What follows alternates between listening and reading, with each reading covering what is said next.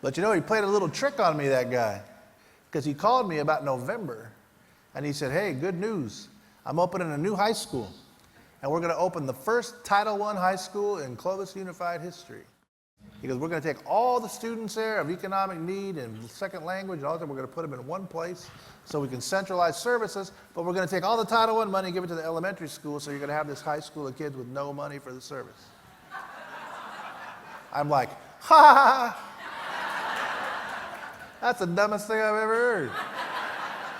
He goes, would you want to be principal of that? I said, couldn't manage anything, I'd rather do less. Back to the country club, you know. He says, all right. A couple weeks later, man, this guy comes to visit me. He's assistant superintendent. And he walks in and he says, hey, I heard the superintendent asked you about being principal of the new high school. I'm like, yeah, what was that, dude? He's like, you know what? You ought to think about it. I'm like, why would I do that? I want to be a high school principal, but I had this like vision that the school would exist, you know.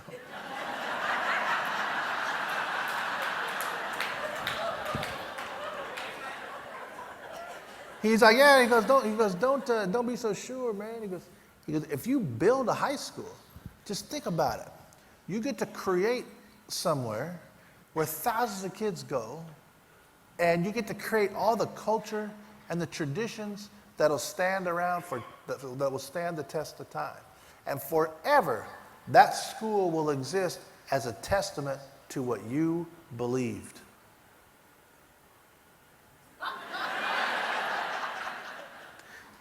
I was like, dude, you are good.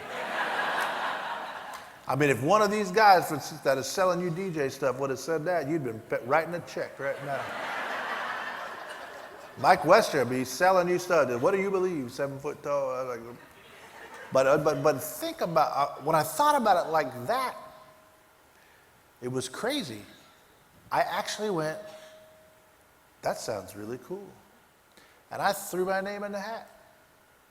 You ever heard your name go into an empty hat?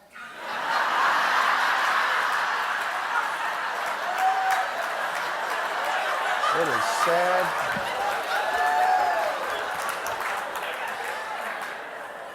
It's a sad, lonely feeling, boy.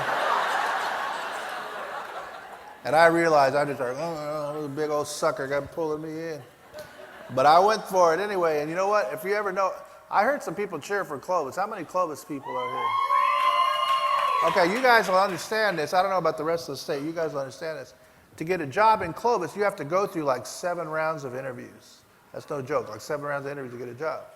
The interesting thing about my process was, by like the 3rd round, I was the only one there. And they kept saying, okay, you get to go to the next round. I'm like, I'm the only one in this round. Like the hat was empty. I'm the only one, dude. Like, you're stuck with me. Oh no, congratulations. You just qualified for another one. So I kept going. Finally, after the 7th round, it was just me and the same people talking to each other. I'm like, look, I'm not, like, nothing's going to happen miraculously. Either give me the job or send me home.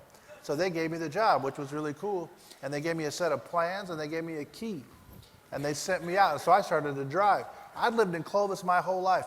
I was driving through neighborhoods and places I didn't even know existed. I was like, what the heck? And I drove out to this field, and it's like 40 acres or some of just dirt and Subway wrappers and some stuff like that. And I'm looking out there going, what have I done? Oh, God. And then, of course, I'm looking and going, what's this key for? There wasn't a building, an outhouse, nothing out there.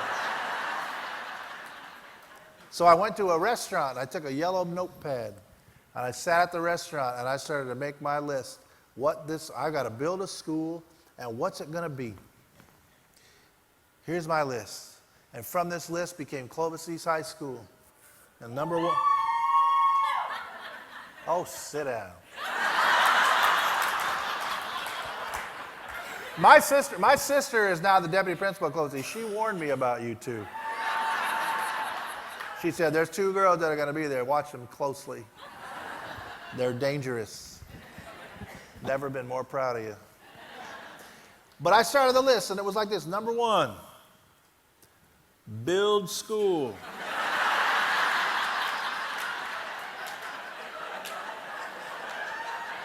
I told you, man, I can lead, right? I know what I'm doing.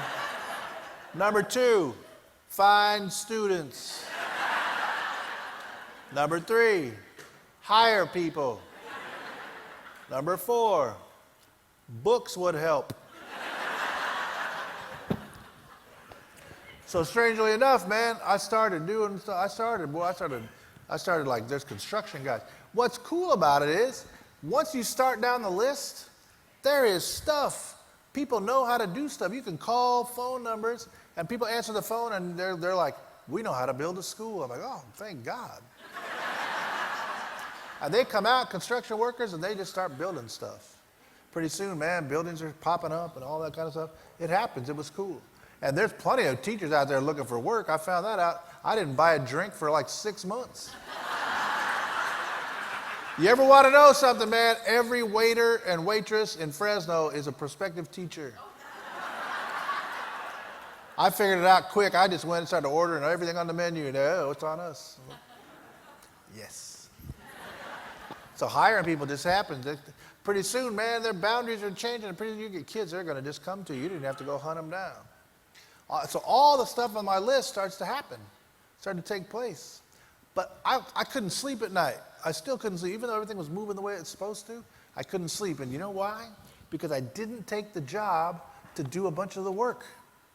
I took the job because I promised myself, and I promised that dude that stood across me, I said, I'm going to build a school that's a testament to what I believed. I could not figure out what that was.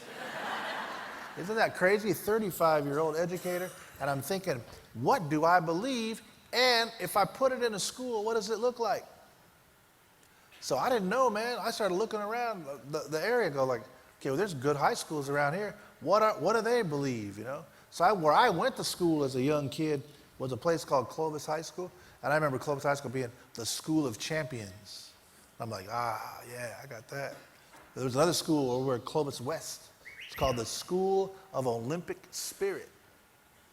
I thought that was cool. And then there was another high school in our area called Buchanan High School. That was real. God. Clovis people. They were called a knowledge work enterprise. I don't even know what that means, but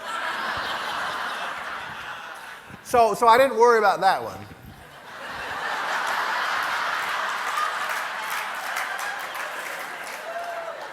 But the other two were smooth, right? The other two were kind of smooth. So I thought, well, we're going to be the School of Champions 2.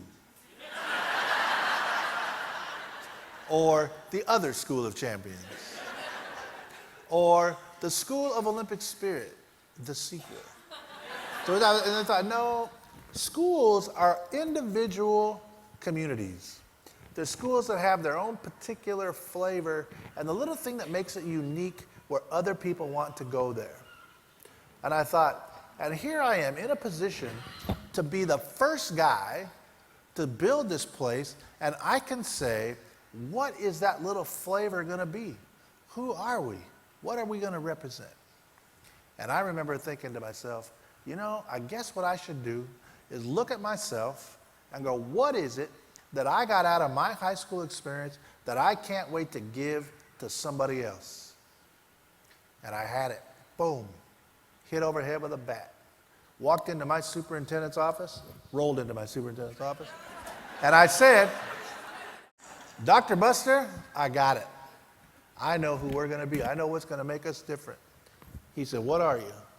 And I said, Clovis East High School. Feel the love.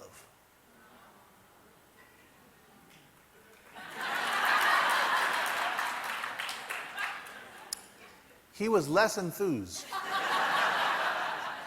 His exact line was, you cannot get away with crap like that in public education in the year 2000. Of course, I had just poured my soul out, and I'm like, oh.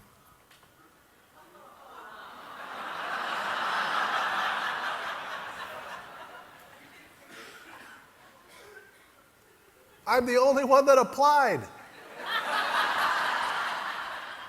This strange sense of job security washed over me.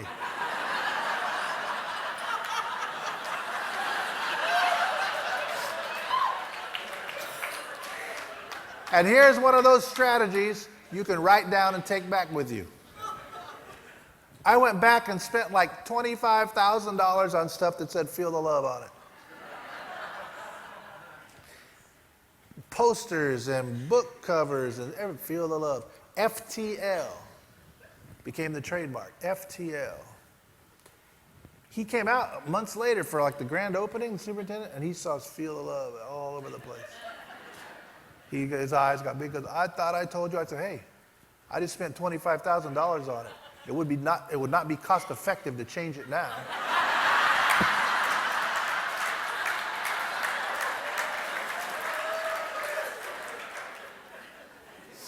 For extra measure, we took the brand new marching band and we said, hey, everybody, got to do me a favor. Learn the Love Shack theme song. In the third quarter of a game, I think it's still today, in the third quarter of the game, the marching band plays "Love Shack, Baby." We became the Love Shack. And you know, it was strange. I left 8 years later, and the place, that was the only thing our kids could agree on. If you said, who's the principal? Oh, I don't know. What do you do? I don't know. What's school like? I don't know. Who's your mother? I don't know. What's the motto of your school? Feel the love. Oh, God. They all knew that, man. They all knew that. We talked about it every day because it was important to me. So I talked about it as a leader. I talked about what was important to me. We created that culture and tradition because that was what we wanted to be about. Isn't that weird? Here you are, one love, right? And there was actually a school out there built on the premise of love. Feel the love. And I should probably tell you why. Because for me, I believed as I opened this school, what became important to me was if I could create a culture that was centered around that, I'd be okay with that. I could live with that.